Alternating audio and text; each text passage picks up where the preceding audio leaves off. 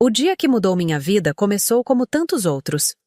Eu, Andressa, aos 22 anos, estava radiante por finalmente ter conseguido meu diploma universitário.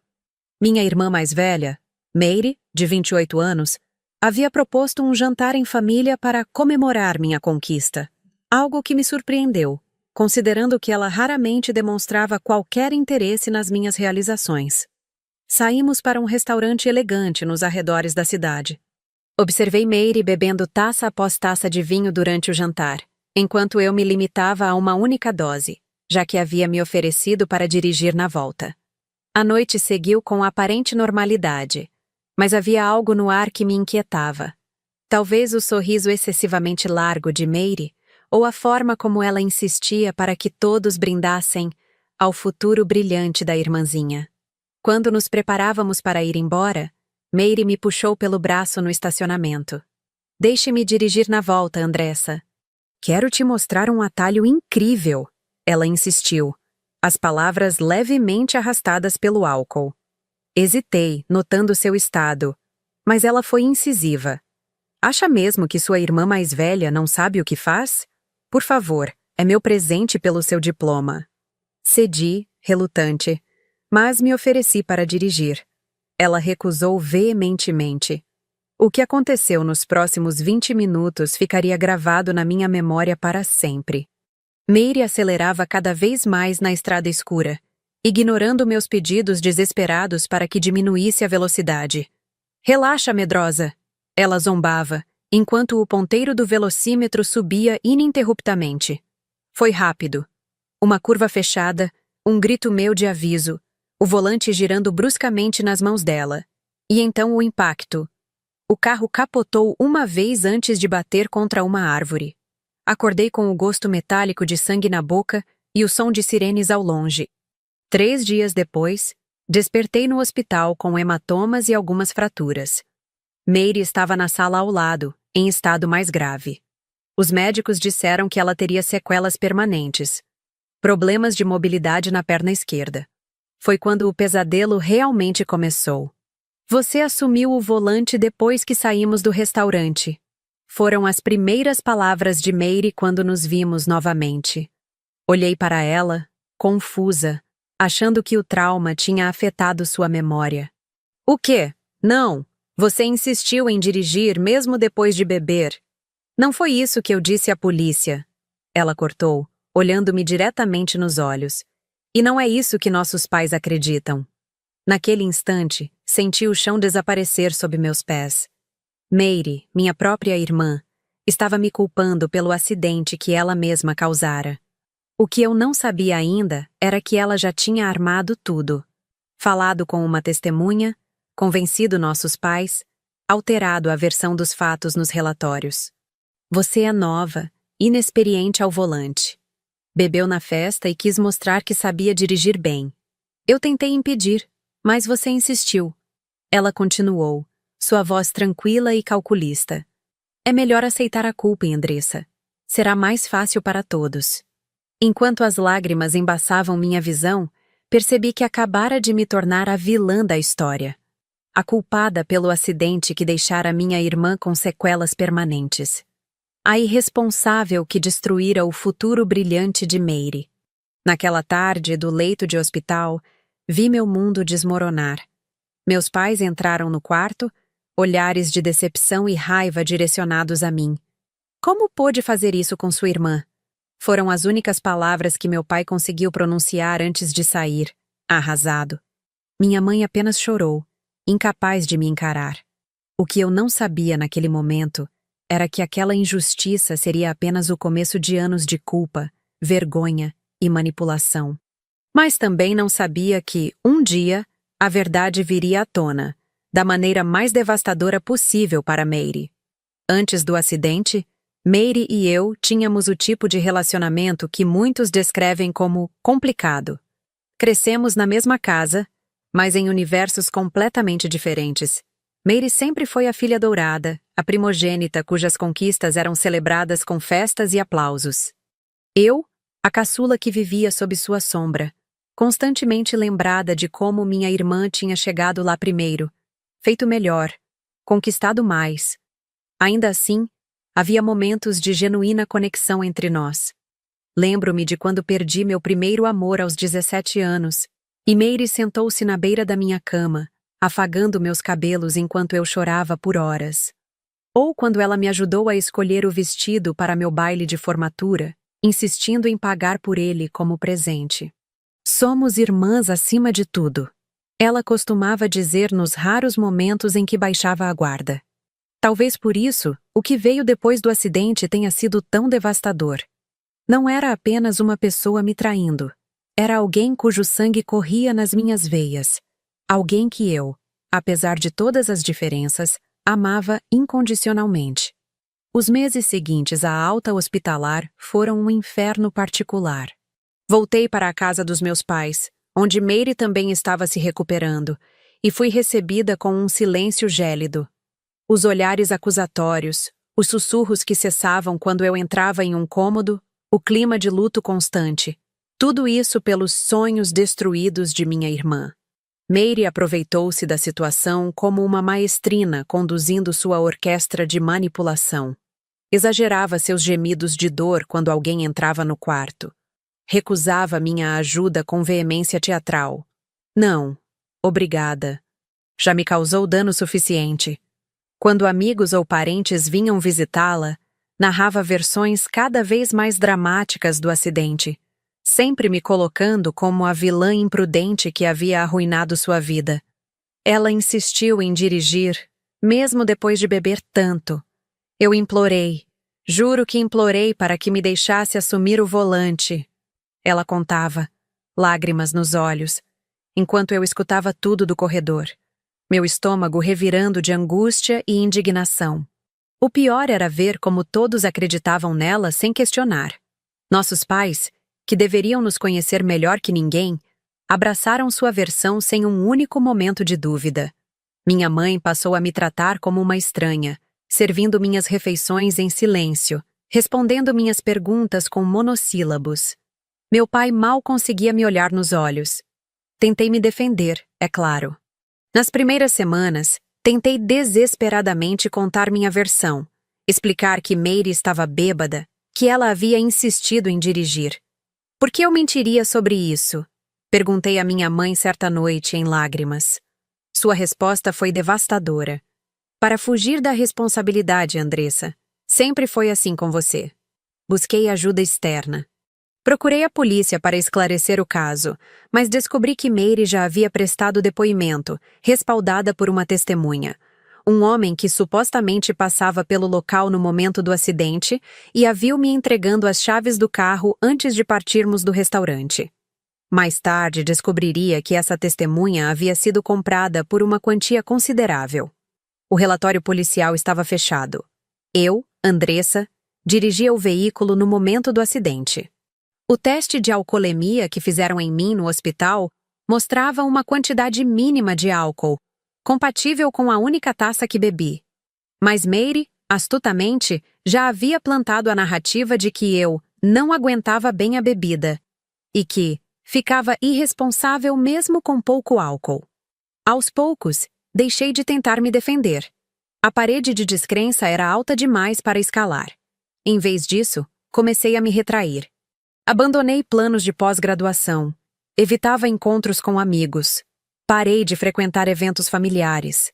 A vergonha e a culpa que me impuseram tornaram-se um casulo asfixiante.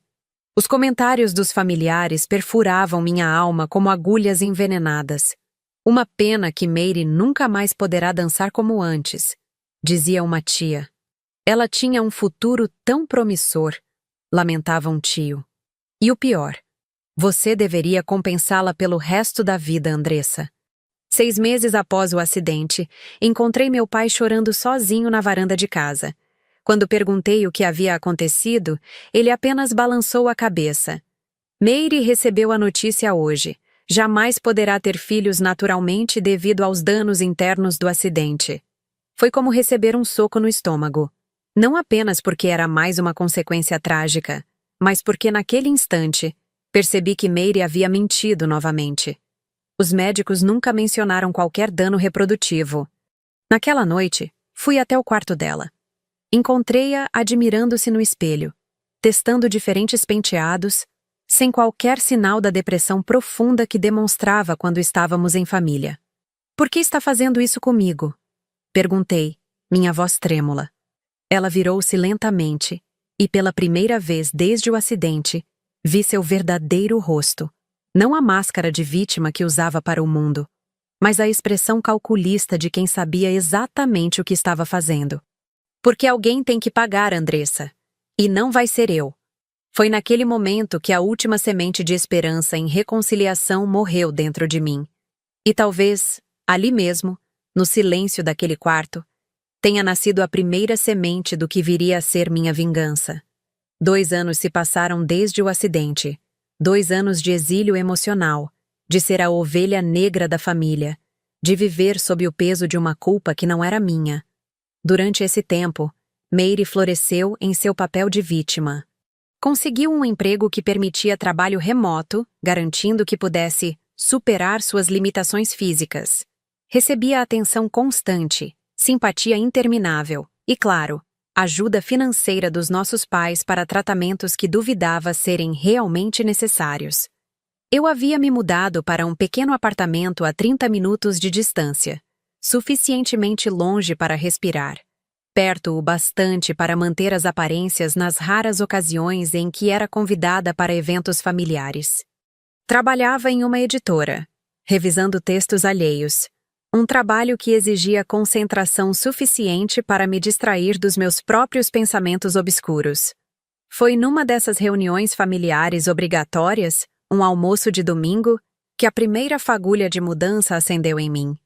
Meire havia acabado de anunciar, com lágrimas nos olhos, sempre teatrais, sempre precisas, que estava namorando. Achei que ninguém me aceitaria assim.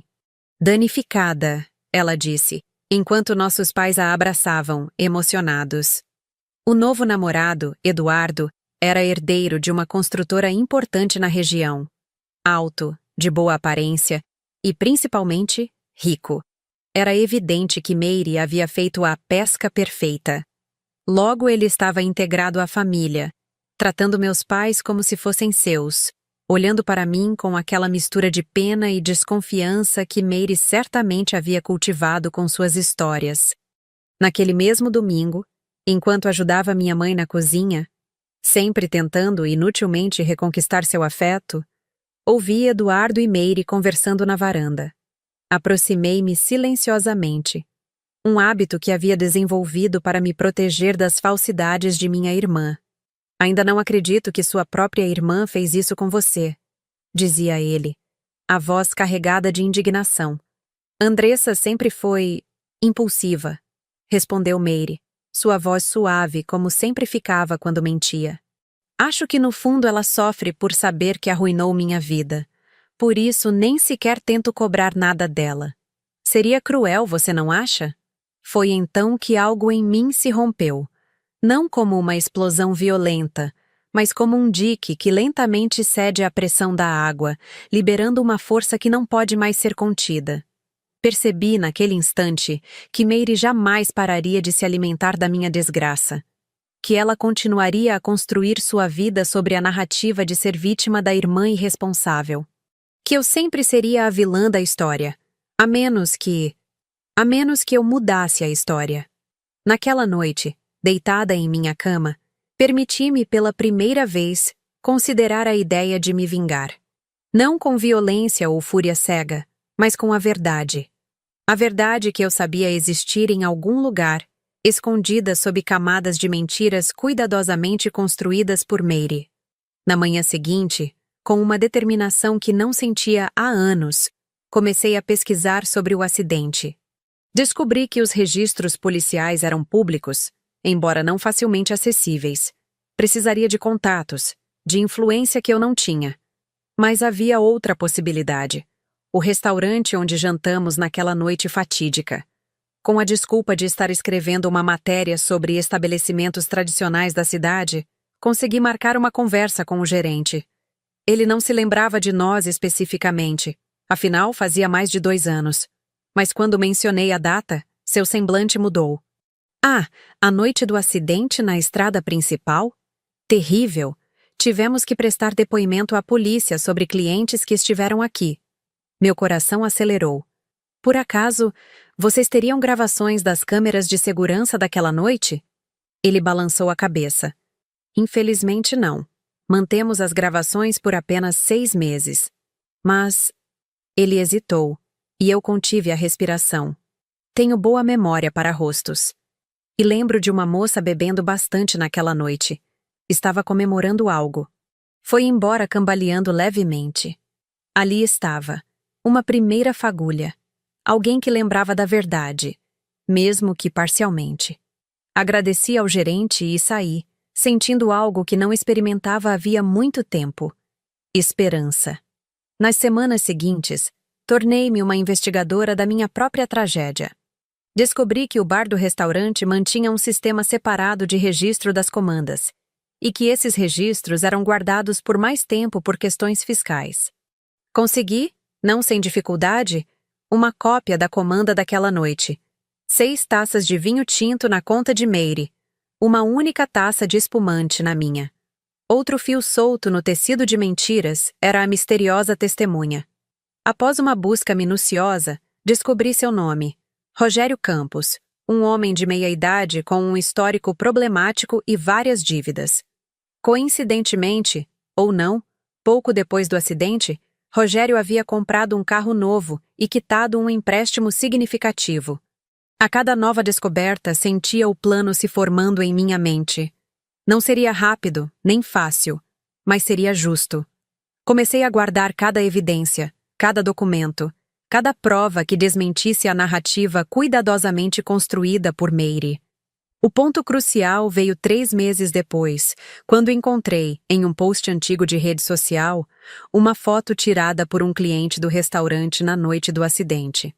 No fundo da imagem, mal se podia ver nossa mesa. E lá estava Meire, erguendo uma taça, o rosto visivelmente alterado pelo álcool. Imprimi a foto, guardei-a com os outros documentos. Enquanto isso, o relacionamento de Meire e Eduardo avançava rapidamente. Logo anunciaram o noivado, com direito a uma festa luxuosa onde, é claro, fui mantida na periferia das celebrações. A irmã que quase a matou. Ouvi alguém comentar quando passei por um grupo de convidados. Mas já não me importava com os sussurros. Pela primeira vez em anos, sentia que controlava meu destino. Cada nova pista, cada novo documento reforçava minha resolução. Eu não queria apenas limpar meu nome. Queria que Meire enfrentasse as consequências de suas mentiras, no momento que causaria o maior impacto. Na calada da noite, planejava meticulosamente. O casamento de Meire e Eduardo seria em 6 meses, um evento grandioso que reuniria a alta sociedade local. Ele a via como uma sobrevivente corajosa, uma mulher que superou a tragédia causada pela irmã irresponsável. O que aconteceria quando descobrisse a verdade? Em uma tarde chuvosa, finalmente consegui me aproximar de Rogério Campos. Encontrei-o em um bar de beira de estrada, já alterado depois de várias doses. Sei o que você fez, disse simplesmente, sentando-me à sua mesa. Sei sobre o dinheiro que Meire te deu para mentir. Ele empalideceu, mas tentou manter a compostura. Não sei do que está falando, moça. Coloquei sobre a mesa cópias dos registros bancários que havia conseguido através de um investigador particular. Todo o dinheiro que havia surgido misteriosamente em sua conta após o acidente. Não quero te prejudicar, Rogério. Só quero a verdade. E sei que você não está bem financeiramente de novo. Esses vícios são caros, não?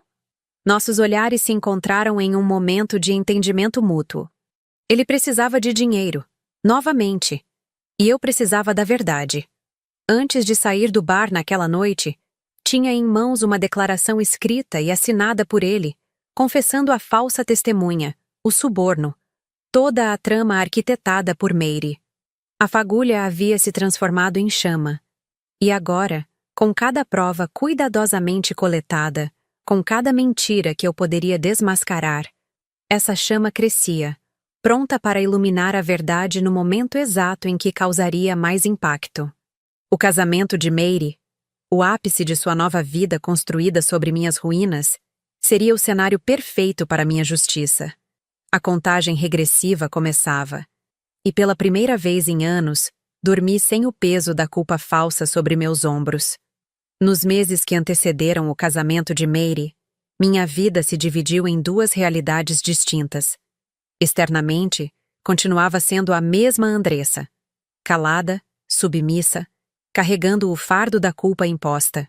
Comparecia aos eventos pré-nupciais quando convidada, raramente, aceitava ser posicionada nas fotos de família longe da noiva, sempre, e suportava os olhares de reprovação dos parentes de Eduardo, já devidamente informados sobre a terrível irmã que quase matou Mary.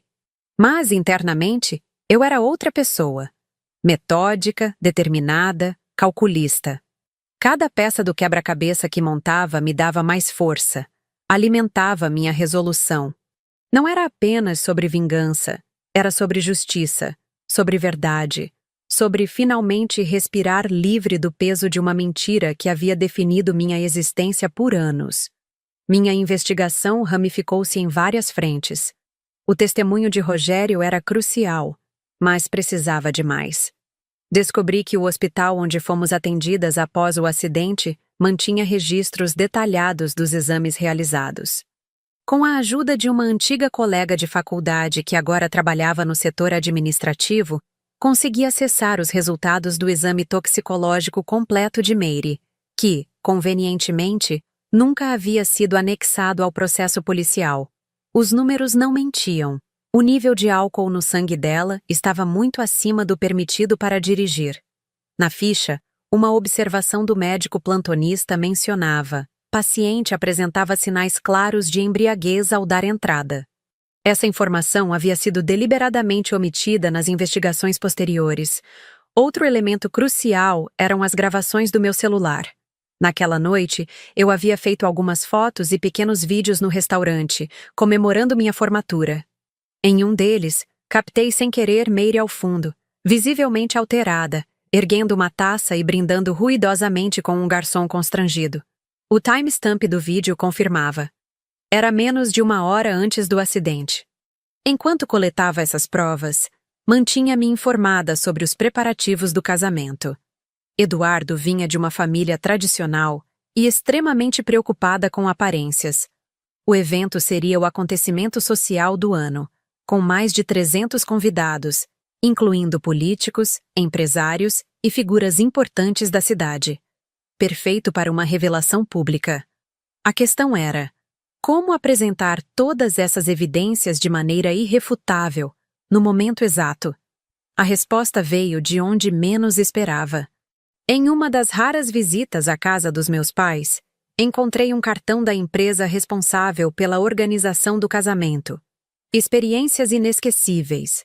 Prometia não apenas decoração e buffet, mas também momentos memoráveis e personalizados.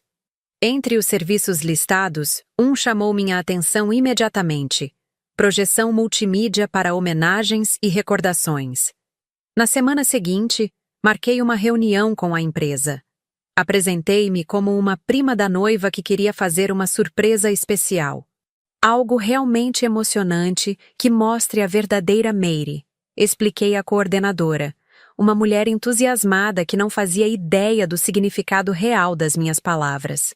Combinamos que eu enviaria o material, supostamente fotos e vídeos de momentos especiais, 2 dias antes do evento. Eles fariam a edição final e preparariam tudo para ser exibido durante a recepção, logo após os votos. A coordenadora garantiu que seria mantido em total sigilo. A noiva não saberá de nada até o momento da exibição, assegurou, satisfeita com minha generosidade ao pagar antecipadamente um valor bem acima do usual. Enquanto isso, minha rede de informações se expandia. Consegui contatar 2 ex-namorados de Mary, ambos com histórias surpreendentemente similares sobre seu comportamento manipulador. Um deles, Renato, havia terminado o relacionamento após descobrir várias mentiras elaboradas que ela havia contado para conseguir vantagens financeiras. Era como se ela reescrevesse a realidade conforme sua conveniência, disse ele, ainda claramente magoado. O outro, Marcos, forneceu um insight ainda mais valioso. Mary havia sofrido um pequeno acidente de carro com ele 2 anos antes do nosso incidente, e imediatamente tentou culpá-lo, mesmo estando ela ao volante. A situação só não escalou porque não houve feridos graves, e o carro era dele, o que tornava sua versão mais plausível para as autoridades. É um padrão, concluí, anotando cuidadosamente seus relatos. Ambos concordaram em fornecer declarações por escrito, descrevendo o caráter manipulador de Mary.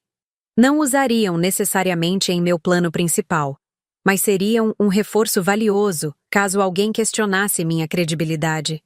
Às 6 semanas do casamento, enfrentei o maior obstáculo até então. Mary, talvez pressentindo algo, começou a circular uma nova narrativa. A irmã invejosa, amargurada pelo sucesso alheio, incapaz de superar o próprio erro. Tenho medo que ela tente algo no meu casamento, ouvia dizer a uma tia ao telefone. Ela nunca aceitou a responsabilidade pelo que fez. E agora que estou feliz com Eduardo, a tática era clara: preparar o terreno para desacreditar qualquer coisa que eu pudesse dizer ou fazer. Inteligente, mas previsível. E eu já estava 2 passos à frente. Nas minhas investigações, havia descoberto algo sobre o pai de Eduardo. Um juiz aposentado com reputação impecável e um senso de justiça inabalável. Nos poucos encontros que tivemos, percebi como ele valorizava a honestidade acima de tudo. Seria meu trunfo final. Redigi uma carta detalhada, anexando cópias de todas as evidências que havia coletado. Não pedi nada. Não acusei explicitamente.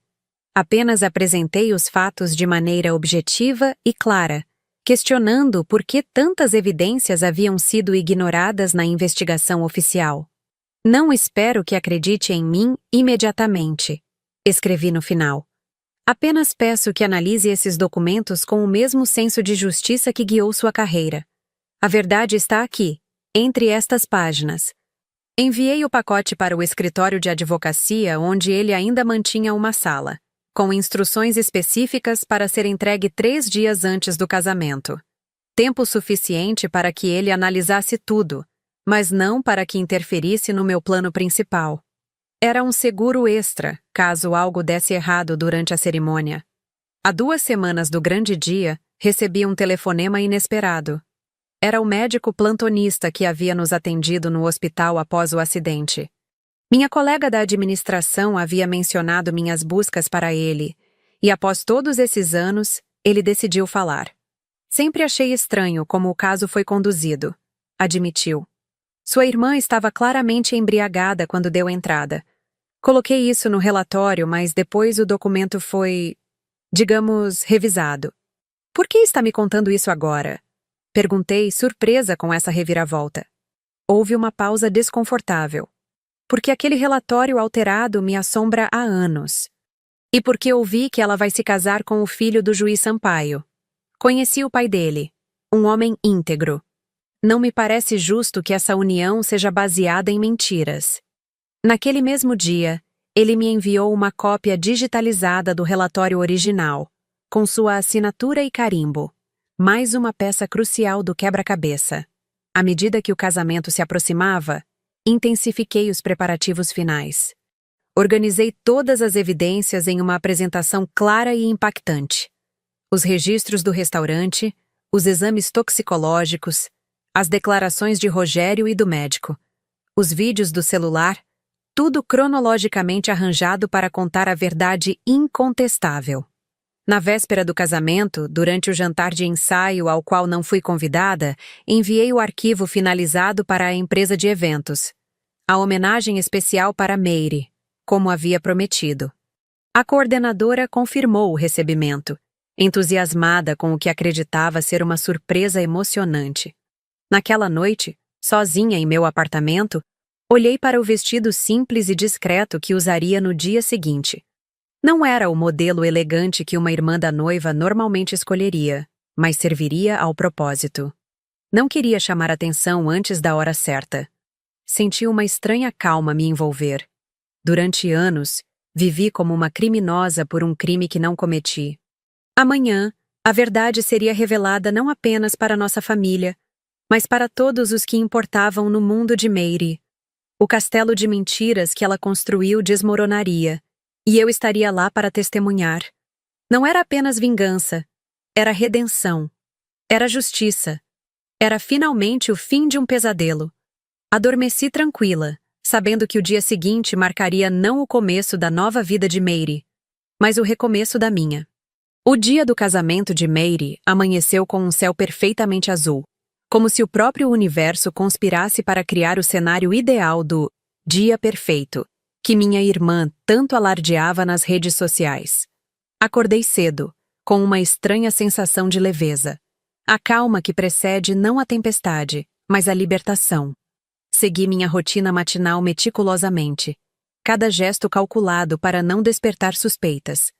Apliquei uma maquiagem sutil, prendi meus cabelos em um coque discreto, vesti o vestido azul marinho que havia comprado especialmente para a ocasião, elegante o suficiente para não destoar, discreto o suficiente para me manter nas sombras até o momento certo. Cheguei à igreja com 30 minutos de antecedência. Como esperado, fui direcionada para um dos últimos bancos, longe do altar onde o grande espetáculo aconteceria. Perfeito. Queria observar tudo, absorver cada detalhe do último ato da farsa que Mary havia encenado por anos. A igreja foi se enchendo gradualmente. Reconheci rostos familiares, tios, primos, amigos de infância, todos alegremente animados, sem ideia do que estava por vir. Notei também os convidados da alta sociedade que Eduardo havia trazido. Empresários, políticos, figuras importantes da cidade. Todos ali para testemunhar a união de uma sobrevivente corajosa com o herdeiro de uma fortuna considerável. Às 16h em ponto, a música anunciou a entrada do noivo. Eduardo caminhava confiante, sorrindo, completamente alheio à verdadeira natureza da mulher que escolhera. Observei seu pai, o juiz Sampaio, sentado na primeira fileira com expressão solene. Nossos olhares se cruzaram brevemente. Havia algo em seus olhos, uma tensão, uma dúvida, que me fez acreditar que ele havia lido os documentos que enviei. Então, a marcha nupcial começou. As portas se abriram e Mary surgiu, radiante em seu vestido branco de renda francesa, apoiada no braço do nosso pai. Ela exagerava ligeiramente sua maneira de andar, enfatizando a suposta sequela na perna esquerda. Aquela falsa lembrança constante do terrível acidente causado pela irmã irresponsável. Observei-a caminhar lentamente pelo corredor, recebendo olhares de admiração e suspiros de compaixão. Por um breve momento, senti uma pontada de hesitação. Estava prestes a destruir o que deveria ser o dia mais feliz na vida de minha irmã. Mas então lembrei dos anos de humilhação, das noites em claro chorando, da família que perdi, da vida que foi arruinada por suas mentiras. A hesitação evaporou. A cerimônia transcorreu como um sonho febril. Ouvi os votos de Mary prometendo amor e honestidade com uma convicção que quase me fez rir. Eduardo, por sua vez, jurou protegê-la e honrá-la, depois de tudo que você passou. Se ele soubesse. Quando o padre finalmente pronunciou as palavras, se alguém tem algo a dizer contra esta união, que fale agora ou cale-se para sempre, senti todos os músculos do meu corpo tensionarem. Mas não me movi. Não era ali. Não era assim. Meu momento viria em breve, calculado para o máximo impacto. Após a cerimônia, dirigimo-nos ao salão de festas, uma mansão histórica nos arredores da cidade, decorada com orquídeas brancas e luzes cintilantes. Os convidados circulavam entre taças de champanhe e canapés elaborados, enquanto a recém-casada recebia cumprimentos, sempre com aquele ar de fragilidade superada que havia aperfeiçoado ao longo dos anos. Posicionei-me estrategicamente perto do sistema de som, de onde podia observar tanto o palco principal quanto a mesa técnica da equipe de eventos. Vi quando a coordenadora que havia me atendido chegou à mesa dos noivos, sussurrando algo no ouvido de Mary. Provavelmente sobre a surpresa especial que estava por vir. Meu coração acelerou quando notei o técnico de audiovisual ajustando o grande telão que havia sido instalado atrás da mesa principal. Era quase hora. Checando meu relógio, confirmei. Faltavam menos de 10 minutos para o momento que havia planejado meticulosamente. Foi quando percebi um movimento incomum. O juiz Sampaio aproximou-se de Eduardo e sussurrou algo em seu ouvido. Os dois trocaram olhares confusos, depois preocupados. Eduardo chamou Meire para um canto e os três começaram uma conversa que parecia tensa, a julgar pelos gestos. Por um instante, temi que meu plano secundário, os documentos enviados ao juiz, tivesse precipitado uma confrontação privada, roubando-me a chance da exposição pública que Meire tanto merecia. Mas então, a voz do mestre de cerimônias ecoou pelo salão. Senhoras e senhores, por favor, tomem seus lugares. Temos uma surpresa especial para os noivos. Vi o pânico nos olhos de Meire. Ela olhou ao redor freneticamente, até que seu olhar encontrou o meu. Naquele instante, ela soube. Soube exatamente o que estava por vir. Tentou alcançar o mestre de cerimônias, mas já era tarde demais. As luzes diminuíram, os convidados silenciaram em antecipação, e o telão ganhou vida. A primeira imagem mostrava nós duas, crianças, de mãos dadas em uma praia. Uma escolha deliberadamente enganosa para fazer todos pensarem que se tratava realmente de uma homenagem. Ouvi alguns "ahs" emocionados da plateia. Então, a tela escureceu por um segundo e surgiu o título em letras simples. A verdade sobre o acidente de Meire. O que realmente aconteceu naquela noite. Um murmúrio de confusão percorreu o salão. Vi Eduardo endireitar-se em sua cadeira, o pai ao seu lado inclinando-se para a frente com interesse renovado. O que se seguiu foi uma apresentação cronológica e implacável da verdade. Primeiro, os registros do restaurante mostrando o consumo excessivo de álcool por parte de Meire. Depois, trechos do vídeo que capturei acidentalmente, mostrando-a claramente embriagada horas antes do acidente. O relatório médico original, destacando os níveis de álcool em seu sangue. A confissão assinada de Rogério Campos, admitindo ter sido pago para mentir como testemunha. Cada nova evidência era acompanhada por um silêncio cada vez mais pesado no salão. Vi rostos chocados, expressões incrédulas, olhares que alternavam entre a tela e Meire, que permanecia paralisada, o rosto contorcido numa mistura de horror e fúria. Quando a gravação de áudio da minha conversa com o médico plantonista começou a tocar, sua voz clara confirmando que Meire estava visivelmente embriagada ao dar entrada no hospital e que o relatório havia sido revisado posteriormente, os sussurros transformaram-se em exclamações audíveis de indignação. Finalmente, a última peça. Uma reconstrução digital do acidente baseada nas evidências físicas coletadas pela perícia, mostrando claramente que Meire estava ao volante, em alta velocidade, enquanto eu, no banco do passageiro, tentava convencê-la a diminuir a velocidade. Quando as luzes voltaram a se acender, o silêncio era ensurdecedor. Todas as atenções voltaram-se para Meire, que agora estava de pé, tremendo visivelmente, não de fragilidade, mas de raiva contida. Foi Eduardo quem quebrou o silêncio. "É verdade?" perguntou ele, sua voz estranhamente calma. "Você mentiu sobre tudo isso? Deixou sua própria irmã carregar a culpa por algo que você fez?" Meire tentou se recompor, ensaiando uma expressão de vítima que havia funcionado tantas vezes antes. "Claro que não, amor. Isso é uma armação. Andressa sempre teve inveja de mim. Ela está tentando arruinar nosso casamento porque... Os registros médicos são reais", interrompeu o juiz Sampaio, segurando alguns dos documentos que eu havia enviado a ele. "Verifiquei pessoalmente. O médico confirmou a autenticidade. Os níveis de álcool no seu sangue naquela noite estavam muito acima do limite legal." A fachada de Meire começou a desmoronar. Seus olhos percorreram a sala, procurando algum apoio, alguma saída, mas encontrou apenas olhares de choque, decepção e crescente condenação. Nossos pais, sentados próximos à mesa principal, pareciam ter envelhecido 10 anos nos últimos 10 minutos. Minha mãe chorava silenciosamente, enquanto meu pai olhava fixamente para o chão, incapaz de encarar qualquer pessoa. Foi nesse momento que me levantei. Pela primeira vez em anos, senti-me completamente ereta, sem o peso invisível da culpa falsa curvando meus ombros.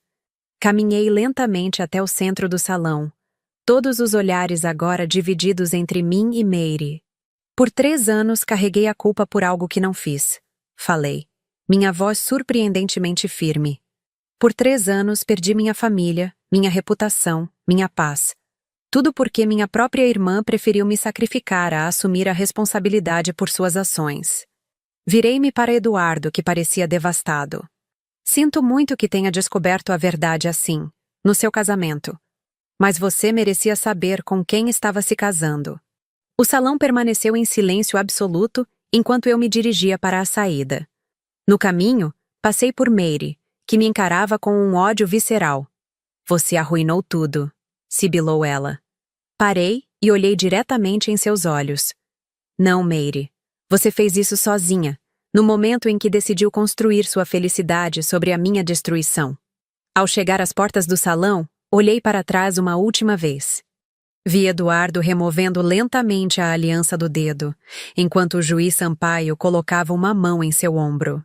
Vi meus pais, finalmente encarando a verdade que haviam se recusado a ver por tanto tempo.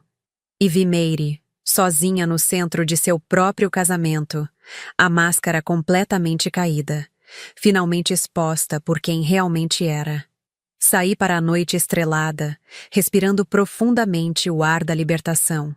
Havia cruzado o ponto sem retorno. A verdade, finalmente, estava livre. E eu também. O caos que deixei para trás no salão de festas foi apenas o começo. Enquanto dirigia para casa naquela noite, meu telefone não parava de tocar. Ignorei todas as chamadas, exceto uma, de meu pai. Sua voz embargada, quase irreconhecível, implorava para que eu voltasse, para que conversássemos, para que consertássemos tudo. Respondi simplesmente: agora não. A verdade precisa ser digerida primeiro. Os dias seguintes foram uma tempestade de revelações, confrontos e, finalmente, justiça. As notícias se espalharam rapidamente, primeiro entre os círculos sociais mais próximos, depois pela cidade inteira. Noiva abandona no altar após revelação de fraude. Dizia a manchete de um jornal local, omitindo nomes por questões legais, mas todos sabiam exatamente de quem se tratava. Eduardo, como descobri depois, havia cancelado oficialmente o casamento na manhã seguinte. Não houve lua de mel, não houve postagens de recém-casados, não houve início da vida perfeita que Mary tanto planejara. Em vez disso, advogados foram acionados para lidar com as consequências financeiras do casamento, que durou menos de 24 horas. O juiz Sampaio, homem de princípios inabaláveis, foi além. Após analisar cuidadosamente todas as evidências que apresentei, decidiu encaminhar o caso ao Ministério Público, sugerindo a reabertura da investigação sobre o acidente por conta das claras evidências de falsificação de provas e suborno de testemunha.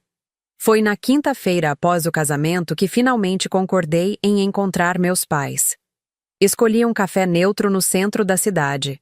Não queria ter essa conversa na casa deles, onde Mary ainda dominava o espaço com sua narrativa vitimista. Eles chegaram juntos, parecendo menores e mais frágeis do que eu jamais os vira. Minha mãe tinha olheiras profundas.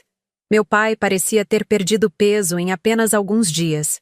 Por que não nos contou? Foi a primeira pergunta da minha mãe, suas mãos tremendo ao redor da xícara de café. Por que guardou todas essas provas para si? Olhei para ela, sentindo uma mistura de compaixão e ressentimento. Eu contei desde o primeiro dia, mas vocês escolheram não acreditar em mim. Escolheram a versão dela, sem questionar, sem investigar. Nós pensamos que estava tentando fugir da responsabilidade. Meu pai murmurou, incapaz de me encarar diretamente. Vocês pensaram o pior de mim. Corrigi suavemente. Sua filha mais nova, que nunca havia dado motivos para desconfiança. Vocês conheciam meu caráter, sabiam quem eu era. Mas ainda assim, bastou Mary construir uma história convincente para que toda essa confiança desaparecesse. O silêncio que se seguiu foi doloroso, carregado do peso de 3 anos de julgamentos injustos, de almoços em família onde eu era a pária, de aniversários onde meus presentes eram recebidos com desconfiança mal disfarçada. Podemos consertar isso? Minha mãe finalmente perguntou, estendendo hesitantemente a mão sobre a mesa em minha direção. Não correspondi ao gesto imediatamente. Talvez com o tempo, mas primeiro, precisamos ser honestos sobre o que aconteceu. Vocês não apenas acreditaram nela. Vocês me puniram, me excluíram, me fizeram sentir como se eu não merecesse fazer parte da família. As lágrimas que meu pai tentava conter finalmente transbordaram. Nós falhamos com você, Andressa. Não há desculpa para isso. Não, concordei. Não há. Aquela conversa, dolorosa como foi, representou o primeiro passo em direção a uma possível reconciliação. Não seria rápido, nem fácil, mas havia uma porta entreaberta, onde antes só existia um muro. O verdadeiro confronto final, no entanto, ainda estava por vir. 10 dias após o desastre do casamento, recebi uma mensagem inesperada de Mary. Meu apartamento, 19 horas, só nós duas. Considerei ignorar a convocação, mas algo dentro de mim sabia que esse encontro era necessário. O último nó a ser desatado antes que pudesse seguir completamente em frente. Tomei precauções, é claro.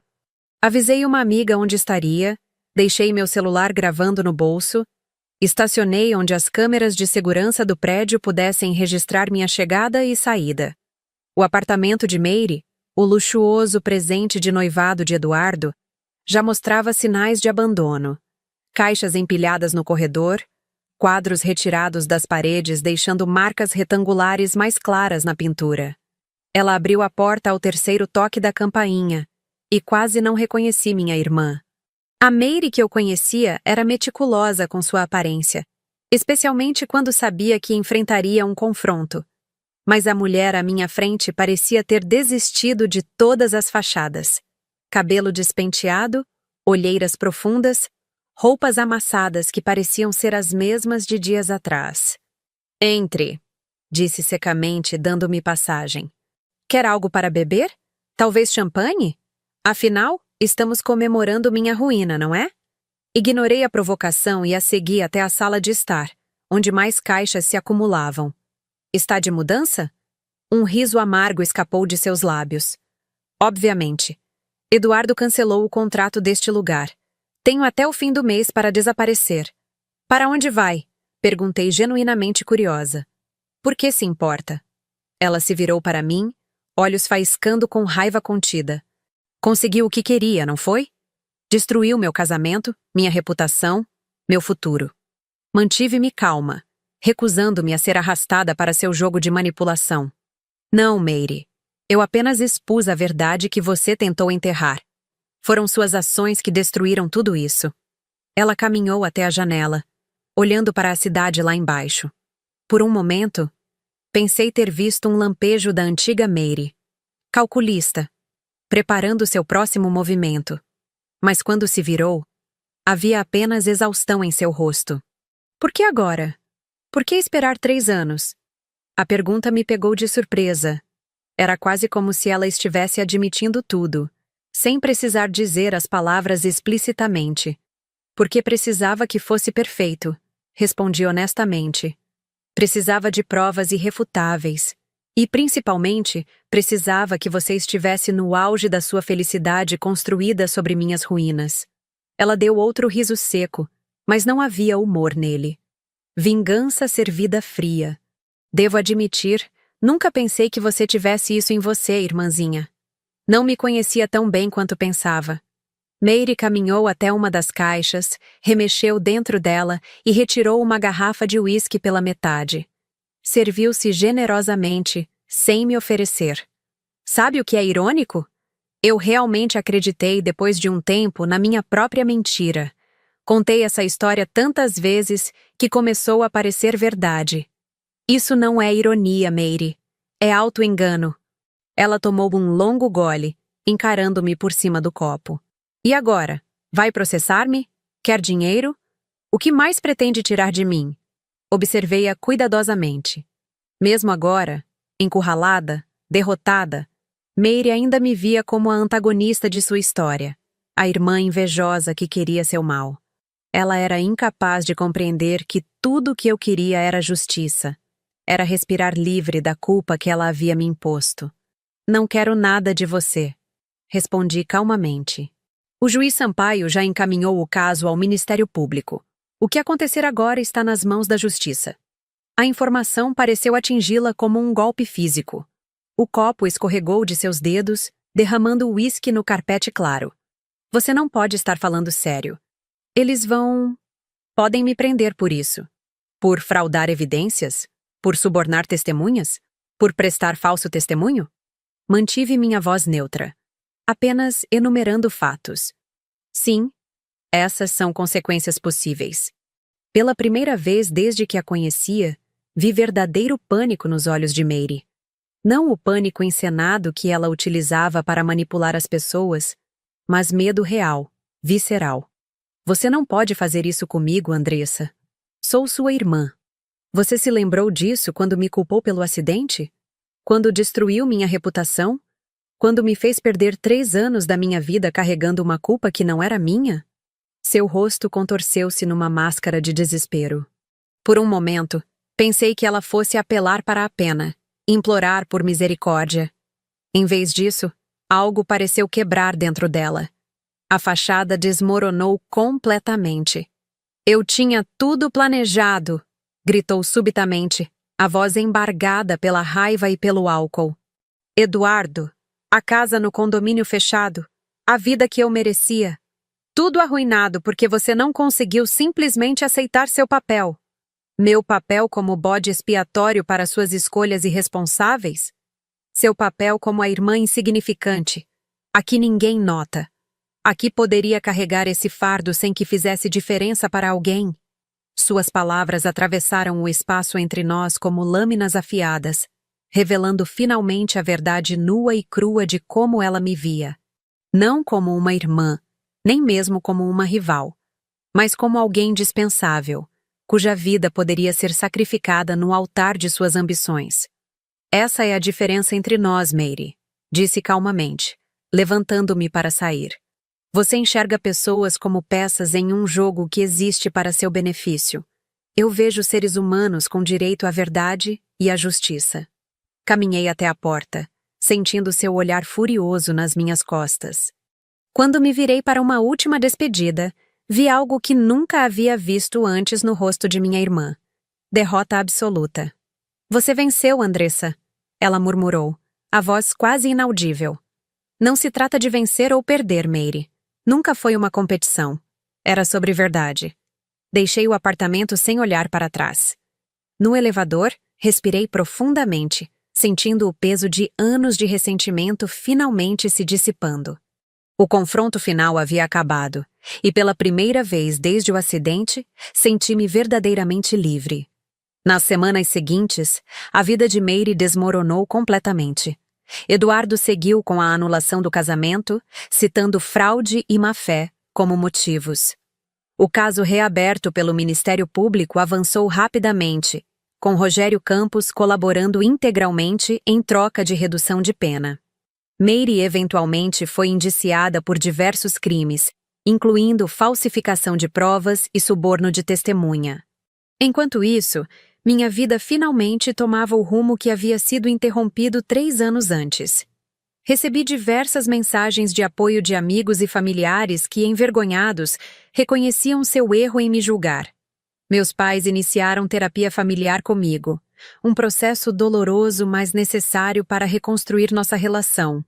A maior vitória, porém, veio quando recebi um e-mail da universidade onde havia sonhado fazer minha pós-graduação antes do acidente. Uma vaga havia surgido no programa, e meu nome havia sido lembrado por uma antiga professora que acompanhara minha história. Acreditamos em segundas chances, dizia a mensagem, especialmente para quem teve a primeira injustamente roubada. Em uma tarde ensolarada, visitei o local do acidente pela primeira vez desde aquela noite fatídica. Coloquei flores silvestres no pequeno memorial que havia sido erguido ali para outras vítimas de acidentes. Não sentia mais raiva, nem mesmo ressentimento. Apenas uma serenidade que vem de saber que, finalmente, a verdade prevaleceu. A vingança, como dizem, é um prato que se come frio. Mas a justiça, descobri, tem um sabor muito mais doce e duradouro. Mary havia construído sua vida sobre uma mentira, e como todo o castelo de cartas, bastou um sopro da verdade para que tudo desmoronasse. Quanto a mim, finalmente podia olhar para o futuro sem o peso do passado me puxando para trás. A cicatriz sempre estaria lá, tanto a física quanto a emocional, mas já não definia quem eu era. A verdade havia me libertado, e essa era a mais doce das vitórias. 2 anos se passaram desde aquela noite no salão de festas, onde a verdade finalmente veio à tona. 2 anos de reconstrução, de cura, de redescoberta. Hoje, sentada na varanda do meu novo apartamento, observando o pôr do sol pintar o céu com tons de laranja e rosa, reflito sobre como a vida pode mudar completamente em tão pouco tempo. O caso judicial contra Mary chegou ao fim há 6 meses. Ela foi condenada por falsificação de provas, suborno de testemunha e falso testemunho.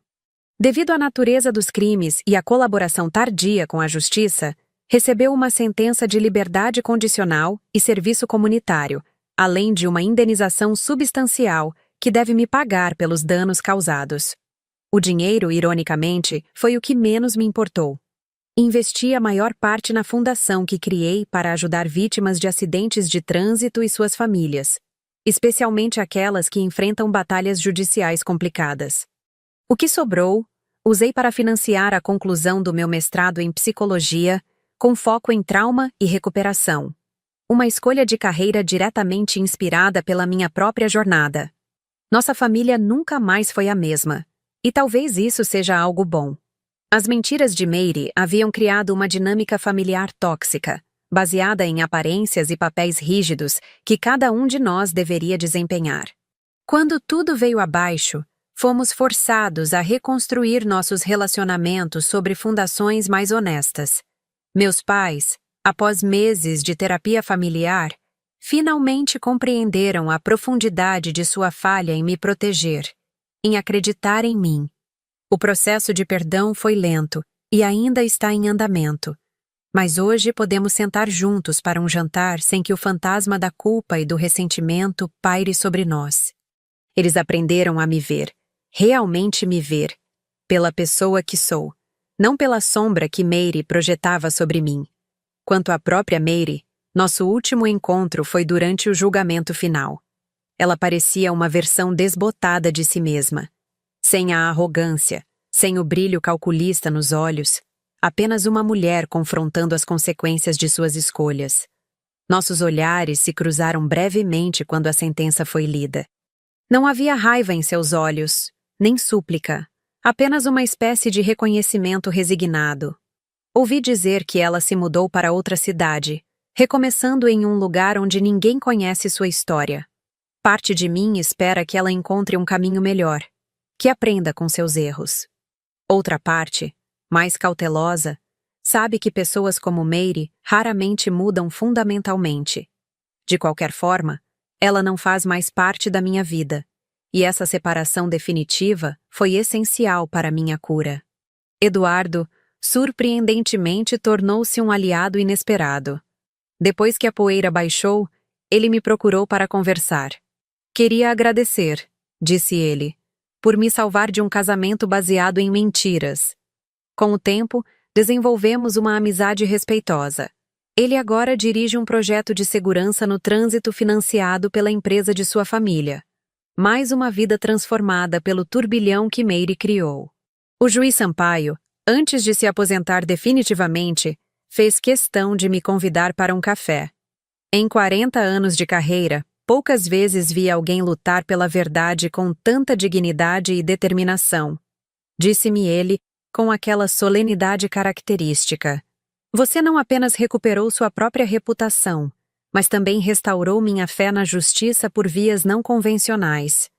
As cicatrizes físicas do acidente, uma pequena marca na testa, uma dor ocasional no ombro em dias chuvosos, são agora apenas lembranças distantes de uma vida que parece ter pertencido a outra pessoa. As cicatrizes emocionais levaram mais tempo para sarar, e talvez algumas nunca desapareçam completamente, mas deixaram de ser feridas abertas para se tornarem marcas de uma batalha vencida. O que mais me surpreende, olhando para trás, é como a busca por justiça me transformou. A Andressa de antes do acidente era insegura, sempre buscando aprovação, especialmente da família. A Andressa que planejou meticulosamente a exposição de Mary desenvolveu uma força e determinação que desconhecia possuir. E a Andressa de hoje? Ela aprendeu a confiar em seu próprio julgamento, a defender sua verdade, a estabelecer limites saudáveis. Minha carreira floresce. Meu livro sobre resiliência psicológica após traumas será publicado no próximo mês. As palestras que dou para grupos de apoio a vítimas de injustiças jurídicas tornaram-se um espaço de cura não apenas para quem me ouve, mas para mim mesma. Transformei minha dor em propósito, minha experiência em sabedoria para compartilhar. No aspecto pessoal, também encontrei uma nova chance no amor. Conheci Gabriel durante um congresso de psicologia. Ele trabalha com reabilitação física de vítimas de acidentes. Nossa conexão foi imediata, baseada em uma compreensão mútua sobre como o trauma pode moldar, mas não precisa definir uma vida. Estamos juntos há 8 meses, construindo algo fundamentado na honestidade que tanto valorizamos.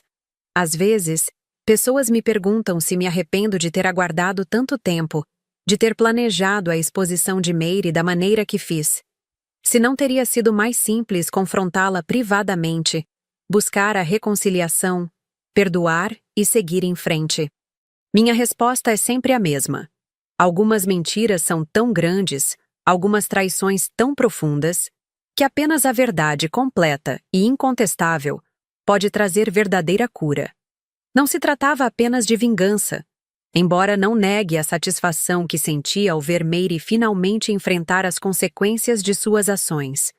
Tratava-se de recuperar minha voz, minha dignidade, minha história. Tratava-se de mostrar ao mundo, e principalmente a mim mesma, que a verdade, por mais dolorosa ou inconveniente, sempre encontra seu caminho até a luz.